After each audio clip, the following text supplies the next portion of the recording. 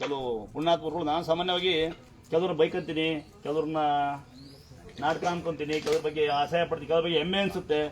ಯಾಕೆಂದರೆ ತೆರೆ ಹಿಂದ್ಗಡೆ ಎಷ್ಟೋ ಸಾವಿರ ಜನ, ತೆರೆ ಹಿಂದ್ಗಡೆ ಯಾವುದೇ ಮಾಧ್ಯಮ ಬರದಲ್ಲಿ ಎಷ್ಟೋ ಜನನ ಸೇವೆ ಮಾಡ್ತಕ್ಕಂಥ ಪುಣ್ಯಾತ್ಮಗಳಿದ್ದಾರೆ. ಇದ್ದಾರಾ ಇಲ್ವೋ?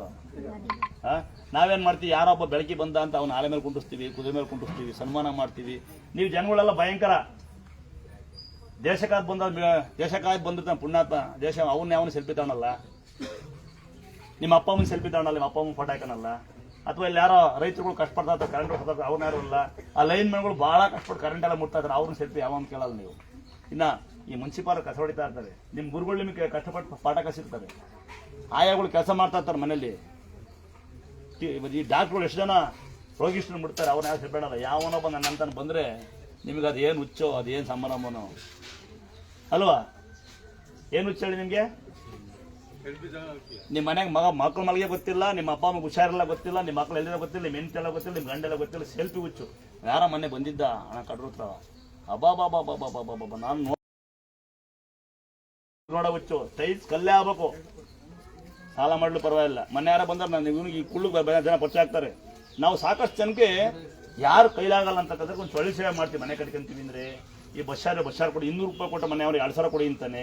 ಸ್ಟಿಕ್ಕರ್ಗಳು ಕೊಡ್ತೀವಿ, ಫೋಟೋ ಕೊಡ್ತೀವಿ, ಯಾರಿಲ್ಲ ಅವ್ರಿಗೆ ಒಂದೊಂದು ಕೊಡೋಣ ಅಂತ. ತೊಗೊಳಕ್ಕೆ ಶಕ್ತಿ ಇಲ್ಲದಂತ ಪೇಷಂಟ್ಗಳು ಬಂದಾರಲ್ಲ ಫೋಟೋ ಕೊಡಿ ಅನ್ನೋದು. ಅವ ಈಗ ಅಂತರ ಕಟ್ಟ ಶುರು ಆಯ್ತು, ನಮ್ಮ ಮಾಂಟೆ ಶುರು ಆಗ್ಯಾರೆ. ಒಂದು ಅಂತರ ಕಟ್ಟಿ ಕೈನೇ ಐತೆ, ಆಗ ಬರಲ್ಲ. ಸಿಂಪಲ್ ಆಗಿ ಹೇಳ್ತಾರೆ, ನಂಗೆ ಹೇಳ್ಕೊಳಕ್ಕೆ ಅವ್ರಿಗೆ ಅವ್ರು ಹೇಳೋದನ್ನ ಕೇಳೋಕೆ ನಾಚಿಕೆ ಆಗುತ್ತೆ. ಮಕ್ಕಳು ಹೊಡಿತಾರೆ ಅಂತ, ನೀವೇ ಸರಿ ಇಲ್ಲ, ಅದಕ್ಕೆ ಹೊಡಿತಾರೆ ಮಕ್ಕಳು. ಯಾವನ್ ಬಾಯಾರಿಕೆ ದಿವಸಕ್ಕೆ ಒಬ್ಬ ನಂಗೆ ಗೊತ್ತಿಲ್ಲ. ಮೊನ್ನೆ ಅನ್ನೇ ಕೇಳ್ಬಿಟ್ಟು ಯಾರು ಹಾಕಿ ಓದಾ ಮಸ್ತಿ ಸಹ ಎಕ್ಸ್ಕ್ಯೂಸ್ ಮೀ ಅಂತಾಳೆ, ಇಂಗ್ಲೀಷ್ ಬರಲ್ಲ, ಕನ್ನಡ ಬರಲ್ಲ. ನಮ್ಮ ಮದುವೆ ನೋಡಿ ಅಂದ್ಲು, ಕುಣ್ಸವ ಕಲ್ ಮೇಲೆ ಕಲ್ ಬಿಡಿಸ್ ಬನ್ನಿ ಅಂದ್ಲು. ಅಲ್ಲಿ ಹೊಡೆದಂಗೆ ಆಯ್ತು ನನಗೆ ಸುಮ್ಕಾದದ್ದು ಅಲ್ವಾ?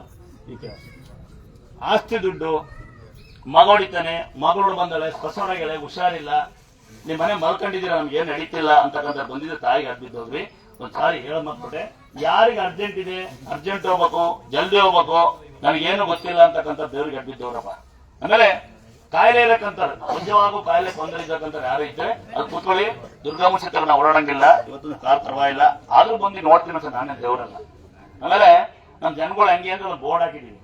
ಏನ್ ಬೋರ್ಡ್ ಓದಕ್ ಬರ್ತಾ ಯಾರಲ್ಲಿ ಅಲ್ಲ, ಬೋರ್ಡ್ ಯಾರು ಓದಕ್ ಬರ್ತಾ? ಪಾದರಕ್ಷೆಗಳನ್ನು ಇಲ್ಲಿಯೇ ಬಿಡಿ ಅಂತ. ಗೋವಿ ಮಂಚೂರಿ ಎಲ್ಲಿ ಸಿಗುತ್ತೆ, ಪಾನಿ ನಾವೆಲ್ಲ ದೇವಸ್ಥಾನ ಹಳ್ಳಿ ಮಾತ್ರ ಕಾಣಾಗತ್ತ, ಅಲ್ಲಿ ಚಪ್ಪಲಿ ಬಿಡಿ. ಚಪ್ಪಲಿ ಎಲ್ಲಿ ಬಿಟ್ಟಾರ ಹೇಳಿ ನಿಮ್ಮ ಹಿಂದೂಗಳು? ನಮ್ಮ ಜನಗಳು ಎಲ್ಲಿ ಬಿಡ್ತಾರೆ ಚಪ್ಪಲಿ? ಎಲ್ಲಿ ಬಿಟ್ಟಾರ ಹೇಳಿ? ಚಪ್ಪಲಿ ಮೊಬೈಲ್ ಸೇಫ್ಟಿ, ಮಕ್ಕಳೇ ನೋಡ್ಕೊಳ್ಳಲ್ಲ. ಚಪ್ಪಲಿ ತಂದು ಇಲ್ಲಿ ಬಿಡ್ತೀರಿ ಮುಂದಕ್ಕೆ. ಅದು ಪವಿತ್ರವಾದ ಹಳ್ಳ, ಮೊದಲು ಕೆರೆ ನೀರು ಅಂತ ನಿಮ್ ಮತ್ತೆ ಮುಟ್ಟಕ್ಕೆ ಆಗಲ್ಲ ನೀರು, ಮಳೆ ಬಂದು ನೀರು ಬರಲ್ಲ ಅಲ್ವಣ್ಣ. ಮಾಯದಂತ ಮಳೆ ಬಂತಮ್ಮ ಅಂತ ಸಾಂಗ್ ಕೇಳಿದೀನಿ, ಸಿನಿಮಾಗಳು ನೋಡ್ತೀನಿ. ಮಾಯಿದ್ ಮಳೆ ಬರ್ತಾರದು, ಮಾಯಿದ್ ನೀರು ಬರ್ತಾರದು, ಎಲ್ಲ ಕ್ಯಾನ್ಸರ್ ಶುಗರ್ ಬರಲ್ಲ. ನೀರು ನೋಡ್ತೀನಿ, ಅಲ್ಲೇ ಕ್ಯಾನ್ಸರ್ ಬಂದ್ಬಿಡುತ್ತೆ, ಶುಗರ್ ಅಲ್ಲೇ ಬಂದ್ಬಿಡುತ್ತಲ್ಲ, ಎಲ್ಲ ಹೋಗುತ್ತಪ್ಪ. ತಲೆ ಮೇಲೆ ನೀರು ಹಾಕ್ಯಂಬಾರ, ಅವೇ ನೀರು ಕುಡಿಯೋದು ನಾವು. ಅದಾಯ್ತಾ?